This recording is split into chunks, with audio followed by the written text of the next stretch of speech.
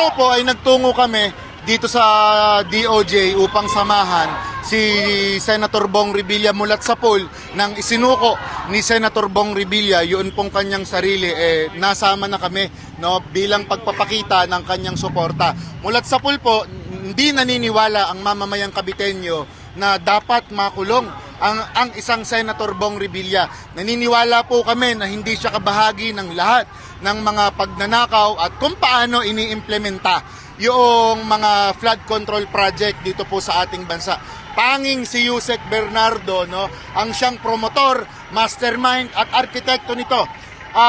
Nananawagan kami sa DOJ na tanggalin sa Witness Protection Program si Yusek Bernardo at si Henry Alcantara dahil sila po, no, yung pangunahing dapat ikulong, litisin at papanagutin.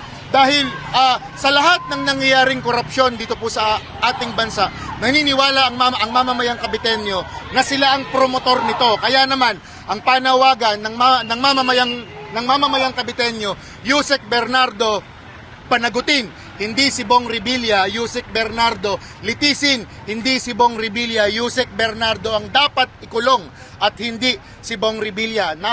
Malinis ang konsensya ni Senator Bong Revilla sa lahat ng mga ibinibintang sa kanya. Kung babalikan nga po natin, isinuko niya noong Enero yung kanyang sarili, hindi pa man na ipepresenta sa kanya at nababalita pa lamang sa media, no, na meron siyang warrant of arrest. Bilang pagpapakita na malinis ang kanyang konsensya, isinuko niya ng kusa yung kanyang sarili sa NBI para hayaan na natin na yung batas, no, yung umusig. Ganun din, nananawagan kami ng patas na hustisya, patas na paglilitis at magkaroon ng patas na due process para kay Senator Bong Revilla.